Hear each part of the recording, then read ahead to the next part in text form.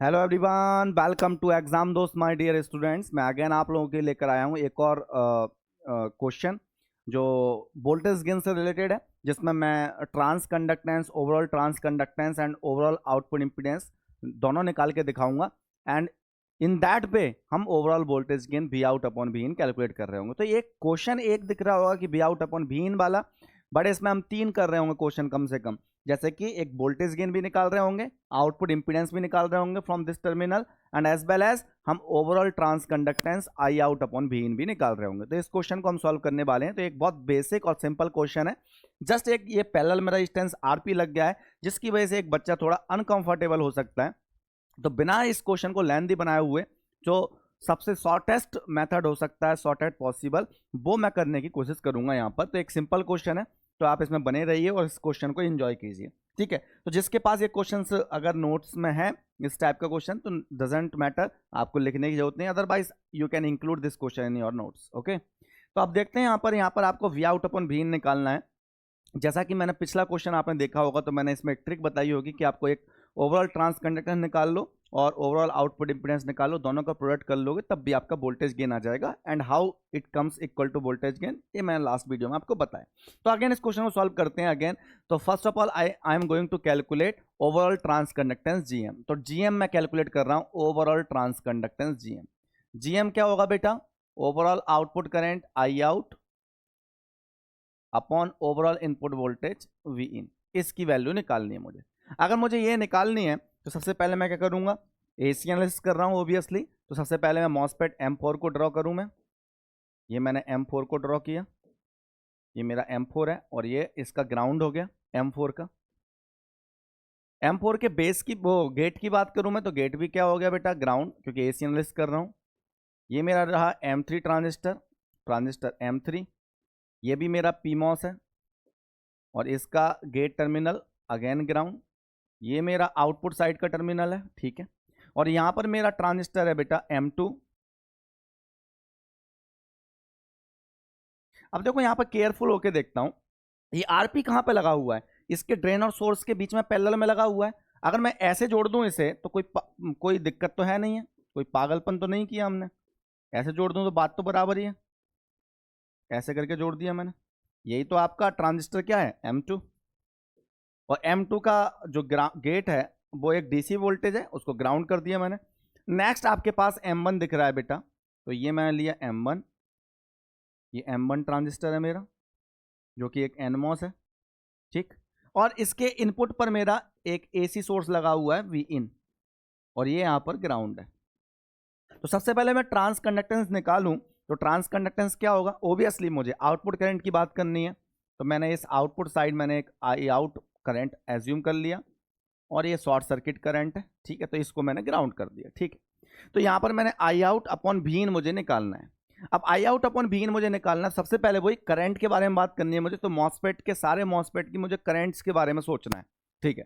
तो इस मॉसफेट की बात करूं तो इस मॉसफेट का गेट टू सोर्स वोल्टेज क्या हो गया? पीमॉस का VSG बोलूं या VGS बोलूं, वो जीरो हो गया। तो इसकी करंट ये क्या हो जाएगी? जीरो। जब ये करंट जीरो हो गई तो ये ओबियसली जीरो होगी। तो ऊपर से कोई करंट नहीं आ रहा, ऊपर की करंट जीरो, तो ऊपर वाला सर्किट तो गया काम से। मैं करंट की बात कर रहा हूँ, रेजिस्टेंस की बात नहीं कर रहा हूँ अभी यहाँ पर। नेक्स्ट वे में ये मेरा M1 है, नो डाउट, ये मेरा M1 ट्रांजिस्टर है। अब इस M1 ट्रांजिस्टर की मान लो मैंने कोई करंट मान ली, तो इसमें करंट ड्रेन टू सोर्स कुछ फ्लो हो रही होगी। ये करंट क्या होगी इसकी? आई ऑफ फर्स्ट वन ट्रांजिस्टर मान लो, तो वो क्या होगी? GM1 into Wien, GM1 into Wien, क्योंकि इसका VGS क्या है? Gate to source voltage, gate to source voltage का वीन है। तो ड्रेन करंट क्या होती है मॉसफेट की? I equal to GM into VGS, तो GM1 इंटू वीन। अब ये करंट आपका यहाँ फ्लो हो रहा है। अब ओबियसली सोचो, इसके बारे में बहुत परेशान होने की जरूरत नहीं है। आप एक लॉजिक लगाओ नेटवर्क एनालिसिस का, कि यहां से करंट इतनी लीव कर रही है, तो ये एक आपका टू पोर्ट है मान लो, या एक आपका सिस्टम है। सिस्टम से लीव करने वाला करंट I1 है, तो सिस्टम में एंटर करने वाला करंट भी क्या होगा आपका? I1। That is equal to how much? GM1 into V in. तो ओबियसली है, अब आई आउट किसके बराबर होगा? ये करंट I1 है, इधर करंट जीरो है, तो यही करंट तो यहां जा रहा होगा। तो आई आउट इक्वल टू कितना आ गया यहां से? अगर मैं आई आउट लिखूं तो I out equal to minus GM1 into Wien.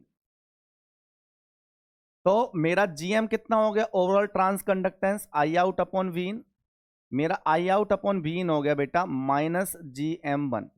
मैंने अगेन लास्ट क्वेश्चन में बताया था, यहाँ पर माइनस साइन को लेकर किसी को परेशान नहीं होना है।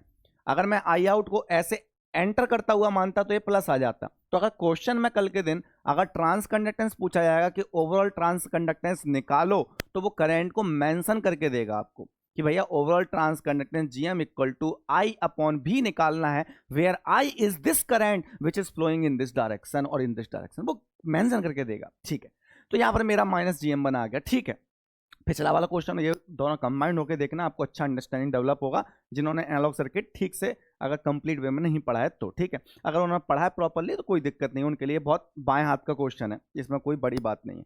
अब मैं सेकंड पार्ट पर चलता हूं, मुझे आर आउट निकालना है, ओवरऑल आउटपुट इंपीडेंस।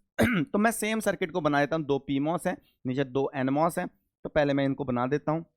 तो मुझे आर आउट निकालना है, overall output impedance R X मान लो, आर थीटा मान लो, आर लैम्डा मान लो, जो भी मानना है आपको, आपकी इच्छा है।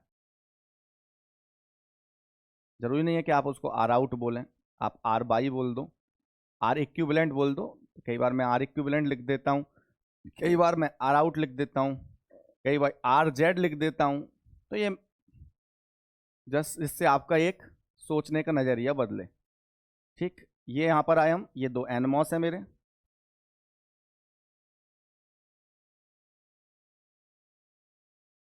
ठीक।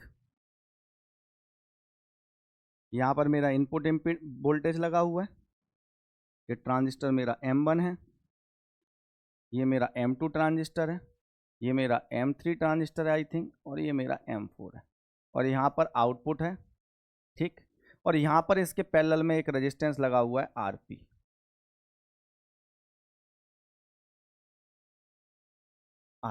ठीक, तो यही सर्किट है। ठीक है, तो ये M1 है, V इन है, ये सारे वोल्टेज DC वोल्टेज हैं, तो इनको ऑफ कर दूंगा, M3 M4 V out VDD। ठीक है, सो VDD ग्राउंड हो गया है, ये भी ग्राउंड हो जाएंगे, सारे DC हैं, क्योंकि मेरे को AC इक्विवेलेंट इंपीडेंस निकालना है मुझे। अब वो भी इंपीडेंस कहाँ से निकालना है बेटा, मुझे यहाँ से निकालना है, यहाँ से निकाल रहा हूँ मैं आर आउट। अगर मैं यहाँ से निकाल रहा हूँ तो यहाँ पर एक वोल्टेज मान लिया मैंने V आउट, और यहाँ से फ्लो होने वाली करंट मान ली मैंने I आउट। ठीक है, तो ये V out upon I out का जो रेशियो होगा वो मेरा क्या दे देगा, आपका output impedance seen from this terminal मुझे दे देगा। ठीक है, चलो अब बात करते हैं हम यहाँ पर। अब देखो यहाँ पर आरपी पैरेलल में लग गया ना, इससे थोड़ा बच्चा अनकंफर्टेबल हो सकता है, लेकिन सबसे पहले मैं यहाँ से इंपीडेंस निकालना बताता हूँ। यहाँ से इंपीडेंस निकालना इन दोनों के कॉम्बिनेशन का ऑलरेडी मैं लास्ट क्वेश्चन में करा चुका हूँ। तो वो कैसे करेंगे आप, सबसे पहले यहाँ से देखें, तो यहाँ से कितना देखेगा बेटा, आपको R04 देखेगा। ठीक है, ड्रेन से ये R04 दिखा आपको, तो इस पर एक फिजिकल रेजिस्टेंस लगा सकते हो R04 की वैल्यू का। ठीक है, फिर मैं यहां से ड्रेन से देखूं M3 के, ड्रेन से क्या दिखता है, किसी भी मॉसफेट के ड्रेन से इंट्रिंसिक रेजिस्टेंस R03 दिखेगा, क्योंकि drain of third transistor M3 का ड्रेन R03 देगा। लेकिन इसके सोर्स पर एक R04 लगा हुआ है, तो 1 plus mu times of mu क्या होगा बेटा, यहां पर ध्यान से देख लो, इस M3 का म्यू होगा, म्यू का मतलब होता है GM इंटू उसका जो इक्विवेलेंट रेजिस्टेंस होता है। अभी M3 का इक्विवेलेंट रेजिस्टेंस कितना दिखता है, केवल केवल ड्रेन और सोर्स के बीच में, वो R03 होगा। तो 1 प्लस म्यू, म्यू होता है GM, that is GM of 3 into R03, 1 plus mu. तो देखो ध्यान से, यहां से R03 तो देखेगा ही मुझे, वो तो देखना ही है हमेशा ड्रेन से, लेकिन सोर्स पर लगा हुआ है R04, तो सोर्स पर जो भी लगा हुआ है R04 multiply by 1 plus mu आता है, where mu equal to GM into R0।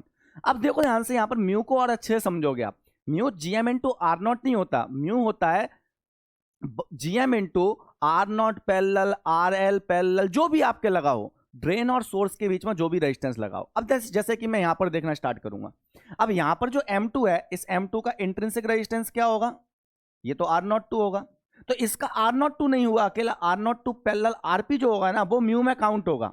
तो इसका मतलब यह है कि जब मैं यहां से रेजिस्टेंस देखूंगा, तो यहां से रेजिस्टेंस कितना दिखेगा, सबसे पहले जब मेरे को रेजिस्टेंस निकालना था, तो ये AC सोर्स को मैं ऑफ करूंगा, क्योंकि थेवेनिन इक्विवेलेंट रेजिस्टेंस का मतलब होता है impedance seen from any terminal provided any source is available, उसको स्विच ऑफ करो, तो सोर्स को ऑफ कर दिया। तो अब खुद सोचो, यहां से इंपीडेंस कितना दिखेगा मुझे, ड्रेन ऑफ M1, कोई भी मॉसफेट हो उसके ड्रेन से मुझे R01 दिखेगा, या RD बोल दो, यहां से दिख गया।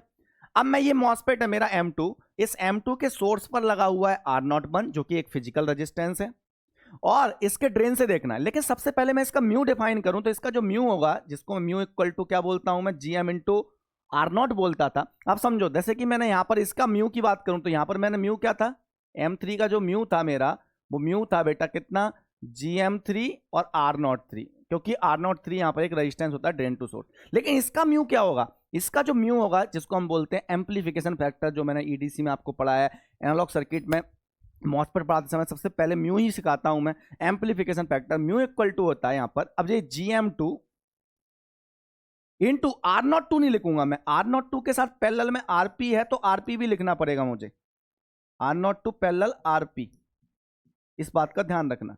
तो ये R0 एंड RP पैरेलल में, ये एक इक्विवेलेंट ड्रेन और सोर्स के बीच का रेजिस्टेंस है। तो मतलब म्यू जो होता है ना, वो GM इंटू ड्रेन और सोर्स के बीच का रेजिस्टेंस होता है। अब ड्रेन और सोर्स के बीच में R0 एक इंट्रिंसिक रेजिस्टेंस है और RP एक फिजिकल रेजिस्टेंस, तो ये आ रहा है आपका। तो अब मैं देखूं यहां से जो रेजिस्टेंस मुझे निकालना था, जिसको मैं रेड कलर से बना देता हूं यहां पर, तो यहां से मुझे इक्विवेलेंट जो रेजिस्टेंस निकालना है, वो इक्विवेलेंट रेजिस्टेंस क्या होगा, ये तो आ गया ऊपर से दिखने वाला, इसका इक्विवेलेंट रेजिस्टेंस, क्योंकि आर आउट क्या होगा, ये वाला इक्विवेलेंट रेजिस्टेंस पैरेलल विद ये वाला इक्विवेलेंट रेजिस्टेंस, दोनों पैरेलल में ऐसे जुड़े हुए हैं, ठीक है। तो यहां से क्या देखेगा ड्रेन से, सर मुझे ड्रेन से देखना है, तो देखो M2 के ड्रेन से क्या देखेगा, अगर ये RP नहीं लगा होता तो मैं क्या लिखता, R02 तो सर देखेगा ही, drain terminal of any MOSFET gives you resistance of R0। लेकिन अब मेरे पास R0 नहीं है, R0 पैरेलल RP है, तो RP को आप R0 में ही इंक्लूड कर लो कि भैया R0 मान लो 1 किलो ओम था सपोज फॉर एग्जांपल, और RP भी 1 किलो ओम है उसके पैरेलल में, तो equivalent resistance drain to source कितना हुआ, 0.5 किलो ओम। इसका मतलब ड्रेन टू सोर्स का जो रेजिस्टेंस है ना, उसको सोचा करो आप, केवल R0 मत सोचा करो, तो थोड़ा सेंस डेवलप करना है। तो यहां पर जो रेजिस्टेंस है मेरा R0 पैरेलल RP है, वो है। तो अगर मैं ड्रेन से देखता हूं किसी मॉसफेट के, तो मुझे R0 दिखता है, उसका मीनिंग क्या है, R0 नहीं दिखता मुझे, R0 पैरेलल RP दिख रहा है। तो यहां से कितना दिखेगा मुझे, सबसे पहले R0 of second MOSFET parallel with RP, ये तो मुझे दिख ही रहा है सर, प्लस क्या दिख रहा होगा मुझे, 1 प्लस म्यू टाइम्स, म्यू कितना है बेटा, 1 plus GM2 R02 parallel RP, okay, ये तो मेरा हो गया म्यू। तो ये R02 parallel RP intrinsic resistance यहां देखा ड्रेन टर्मिनल से, plus 1 plus mu times of यहां पर सोर्स पर जो रेजिस्टेंस लगा, that is R01, that is R01, 1 plus mu times, तो इस 1 प्लस म्यू को मैंने यहां पर लिख दिया, ये मेरा इक्विवेलेंट रेजिस्टेंस दिख रहा होगा। तो R02 पैरेलल RP यहां का इंट्रिंसिक रेजिस्टेंस है, plus 1 plus mu times of जो भी सोर्स पर फिजिकल रेजिस्टेंस लगाया R01, म्यू की जगह बस ध्यान रखना है, mu equal to GM into R0 नहीं होगा, R02 पैरेलल RP होगा, बस ये R0 आपका आ गया। तो यहां से अगर मैं R आउट निकालूं तो R आउट क्या होगा बेटा, R आउट इक्वल टू ये वाला इंपीडेंस पैरेलल विद ये वाला इंपीडेंस, तो ये वाला क्या था बेटा, ये था बेटा R03 plus 1 plus GM3 R03 into R04, ये था मेरा इन पैरेलल विद ये वाला इंपीडेंस, इसको थोड़ा करली ब्रैकेट में लिख दूं मैं, तो ये R02 पैरेलल RP, ठीक है, प्लस यहां पे लिख रहा हूं मैं 1 plus GM2 R02 parallel RP, ठीक, और ये मैंने ब्रैकेट किया क्लोज, और ये हो गया R01, और यहां पर लगा दिया मैं कर्ली ब्रैकेट, ये। तो ये मैंने बहुत शॉर्टेस्ट फॉर्म में आपको सिखाया है, जो बच्चे पढ़े हुए हैं तो वो आराम से इजीली इसको कनेक्ट कर लेंगे, डजेंट मैटर, ठीक है। अदरवाइज किसी बच्चे को जो न्यू पढ़ रहा है, जिसने पहले से एनालॉग सर्किट नहीं पढ़ा, अगर उसको कोई भी प्रॉब्लम आती है, आप मेरे से टेलीग्राम पर कनेक्ट होके और पूछ सकते हो कि सर ऐसा क्यों किया, कुछ भी चीज़ें है ना। तो ये आर आउट आ गया। अब मेरे को ओवरऑल गेन निकालना है, तो बेटा ओवरऑल गेन क्या पढ़ाया था मैंने, कि बेटा overall gain V out upon V in निकालना है आपको। तो V out upon V in क्या होगा, इसको लिख सकता हूं मैं V out upon V in को ऐसे करके I out upon V in into V out upon I out, I out से I out cancel, V out upon V in लिखा है। I out upon V in overall transconductance था GM, और ये क्या था आपका आर आउट।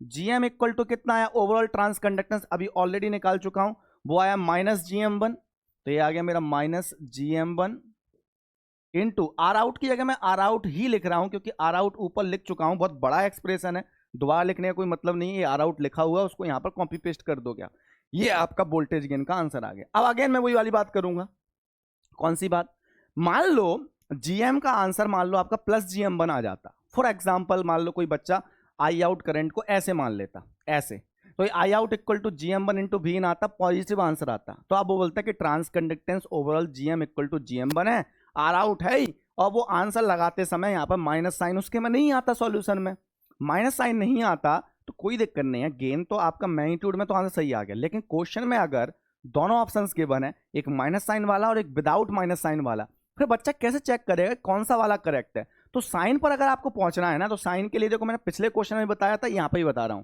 कि आपको we out upon V in निकालना है। तो आप इसके बारे में सोचें और इसके बारे में सोचें, आपको यहां से यहां तक ट्रेवल करना है। तो आप ऐसे सोचें, सबसे पहले ये गेट पर इनपुट लगाया और ड्रेन पर आपने रिस्पॉन्स देखा, तो कौन सा एम्पलीफायर बना, ये कितना फेज शिफ्ट होगा। फेज शिफ्ट को देखो आप, गेट पर जब भी मैं सिग्नल लगाता हूं और उसका रिस्पॉन्स ड्रेन पर देखूं तो कौन सा स्टाइल बन गया, कॉमन सोर्स। कॉमन सोर्स मतलब 180 डिग्री फेज शिफ्ट, ठीक है।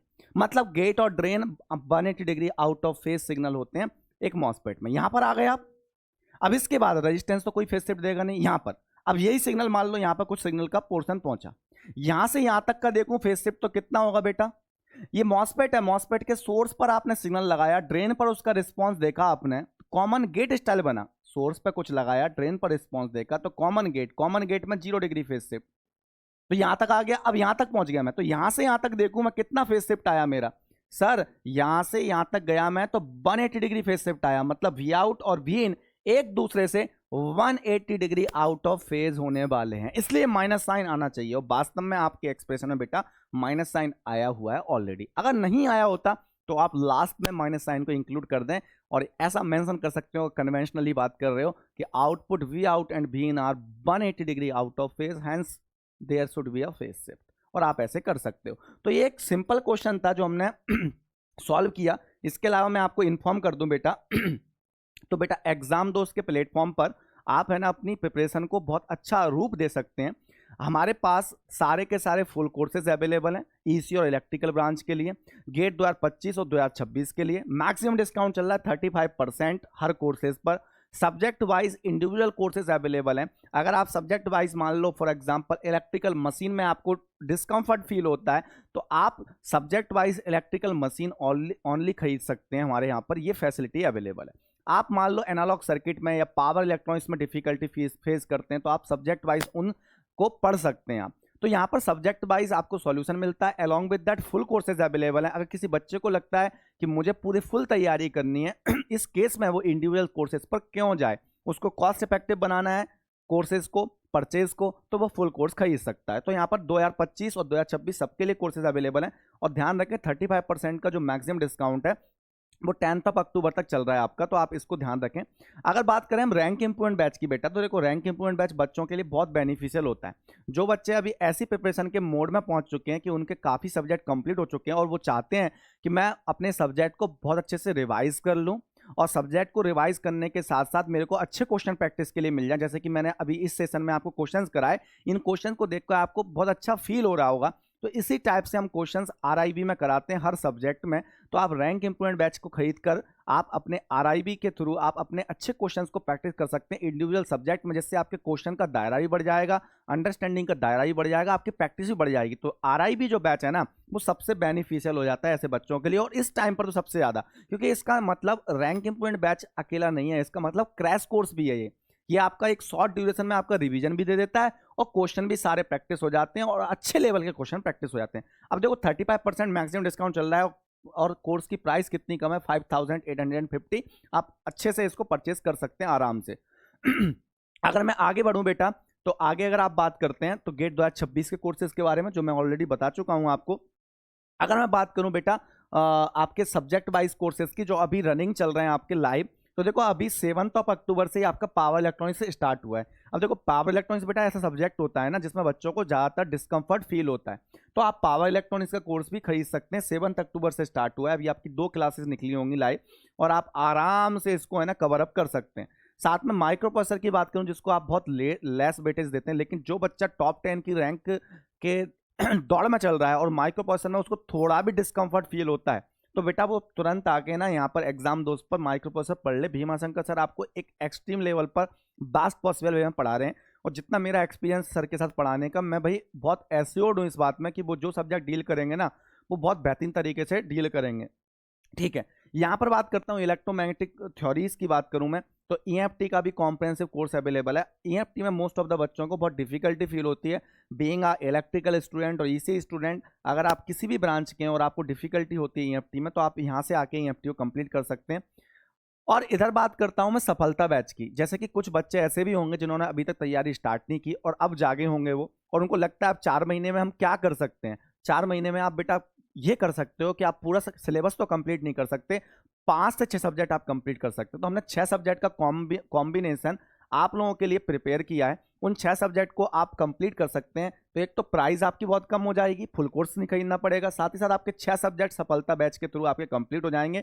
और इसमें 6 सब्जेक्ट के कॉम्बिनेशन हमने वो रखे हैं जो आप सबसे कम समय में कंप्लीट कर सकते हो, जिनका सबसे ज्यादा वेटेज होता है। कम समय, ज्यादा वेटेज, और साथ ही साथ एक दूसरे को सब्जेक्ट हेल्प कर रहे हो। जैसे कि फॉर एग्जांपल के लिए नेटवर्क एनालिसिस किया, तो एनालॉग सर्किट में नेटवर्क हेल्प करता है, तो एनालॉग नेटवर्क दोनों रखे हुए हैं। सपोज आपने मान लो बात की हमने सिग्नल सिस्टम, तो मैथमेटिक्स और सिग्नल एक दूसरे के भाई बहन है, तो इस टाइप से हमने उसमें एक बेस्ट पॉसिबल स्ट्रेटजी को अप्लाई करके हमने वो कोर्सेज का कॉम्बिनेशन किया, जिससे बच्चा बहुत इजी वे में और अच्छे से स्कोर कर सके। आउट ऑफ 60 मान लो 55 भी उसने स्कोर कर लिया, तो पता पड़ा कि वो एक ऐसे बच्चे से आगे निकलेगा जो बहुत समय से तैयारी कर रहा था। और ये हो सकता है अगर आप इन कोर्स के थ्रू आप लास्ट में 4 मंथ बहुत सीरियसली होकर पढ़ सकते हैं। तो ये ऑल अबाउट था कोर्सेज ऑफ द एग्जाम दोस्त। Thank you very much for watching this video. आप इसको शेयर जरूर करें, आपकी रिस्पॉन्सिबिलिटी बनती है, क्योंकि ऐसे क्वेश्चंस, ट्रिकी जो क्वेश्चंस होते हैं, भले ही वो बहुत सिंपल हैं, ये बच्चों के लिए बहुत हेल्पफुल हो जाते हैं, उनको काफ़ी अंडरस्टैंडिंग डेवलप हो जाती है। तो इस टाइप से आप इस चीज़ को ध्यान में रखें कि आपके ये क्वेश्चंस आपके एग्जाम में काफ़ी आपको हेल्प करने वाले हैं, कॉन्फिडेंस देने वाले हैं, मोटिवेशन मिलने वाला है। Thank you very much for watching this video. Bye bye. Please like, share and subscribe the channel.